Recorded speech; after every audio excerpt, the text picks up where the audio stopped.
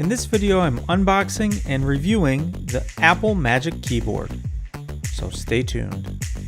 Hi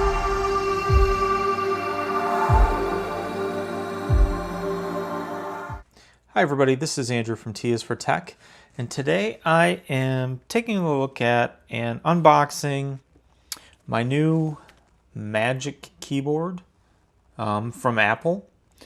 And I got this Magic Keyboard in space gray just because I think it looks nicer than the white. There is a little bit of a premium on the space gray version, which is kind of stupid because honestly it's just a different color and they're charging like 20-30 bucks more than the standard white one. Now I bought this to replace this Apple keyboard, which I've had for, I don't even know, many years now, right? So this is the wired version, and it suited me pretty well, but you know, it's gotten to the point where some of the keys are getting kind of messed up. I don't know if you can see that or not. I just use it a lot. I mean, I use it every day, type. And I was looking for something wireless, right? So, you know, it doesn't bother me that much that it's wired, because I do have a desktop that I normally work at home. But some of the keys are sticking, and I cleaned it, and it just still, I don't know. I needed to get something, so I figured I would get, you know, the Magic Keyboard with the number pad and the arrows and all of that. That's one thing I had thought about before, is getting the prior version keyboard, the shorter one. But I just really need, or I prefer to have the numbers on the side, the number pad, and the separate home key and delete function and all that stuff over here. I just like that a lot better than the short stubby keyboard that they used to offer in the Bluetooth variety. So we'll just take a look at this and just get my initial thoughts on the quality of it versus the other one that I have. So open it up, comes in a simple box, and it's just, you know, you get the little manual, Magic Keyboard number with numeric keypad, and then you have the keyboard itself.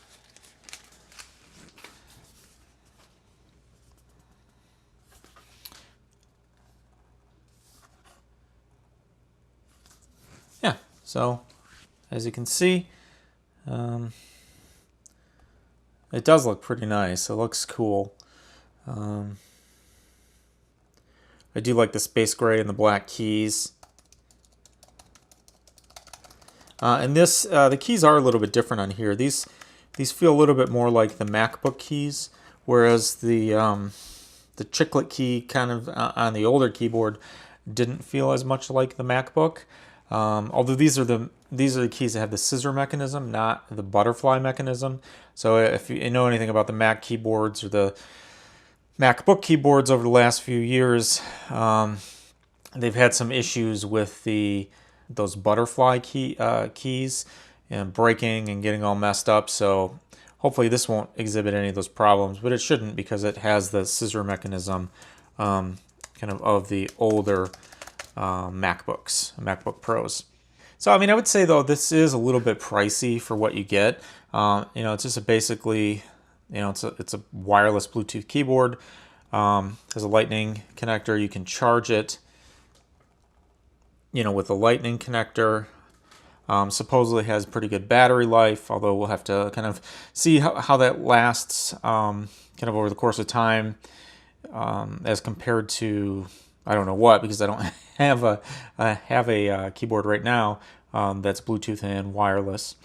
So yeah, so I am basically going to hook this up, do a little testing, and then I'll come on to the end of this video with some of my thoughts on the keyboard and kind of just a voiceover towards the end of this video.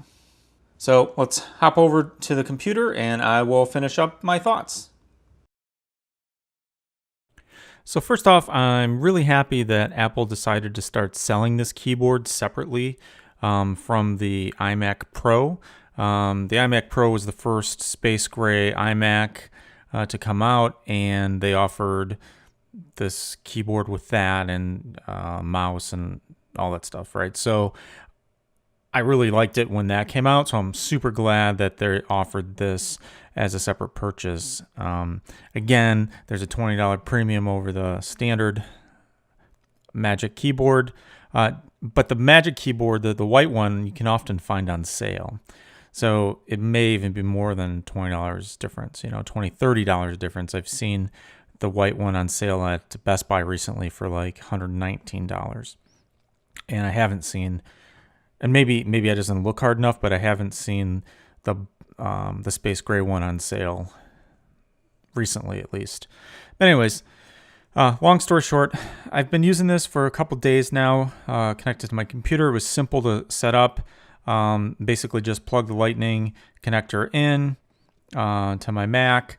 It immediately connected, synced it wirelessly over Bluetooth, to work over Bluetooth. And I just have been kind of typing away. So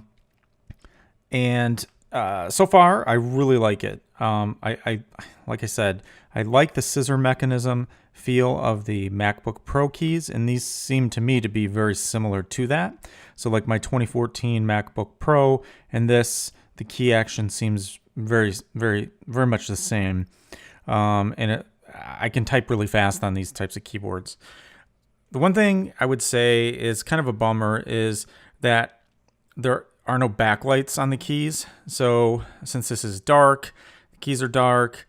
If you work in a dark area, you may not be able to see the keys as well as you would the white keys on the white keyboard. So that's something that's kind of a bummer. But then again, I mean, I don't know, how they could really put backlights in this and keep it as slim as it is. And have any sort of long battery life. So I'm sure that's why Apple does this kind of stuff, right? They're always trying to balance things being super slim and having good battery life with functionality, which is a stupid thing to do in some cases. I wouldn't mind if this was a little bit thicker and had a bigger battery and had a backlight. So whatever. But for the price, I think it would be good if they did have something like a backlight in there. But I do like it, right? So it is comfortable to type with. The one thing I would say, I wish there was a little bit of an adjustment to kind of give it a little bit of a higher angle off of my desk, because it does sit very flat. And typically when I'm sitting at a desk, I like to have just a little bit of more elevation on the backside so that it doesn't feel like I'm typing flat on the desktop. And the other one, the wired version of this that I had, did sit a little bit higher, so it had a little bit better of a typing angle, but I'm already getting used to it, so maybe that's not a big deal either. And I would just say in general, it's worked really well. Haven't had any issues at all. Types really nice. So other than kind of the price, and the backlighting, I really don't have any complaints. If you're an Apple fan, if you like the kind of key action on these types of keyboards, I think you'll be really happy with this keyboard. In white or space gray, I guess it really doesn't matter because they're exactly the same aside from the color. But I do like the space gray. It looks pretty nice.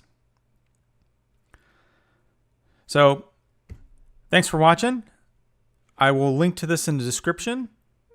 If you have any comments, questions, or feedback, go ahead and post some comments. Consider liking and subscribing to the channel. This is Andrew from TS for Tech. Thanks for watching, and I'll see you next time.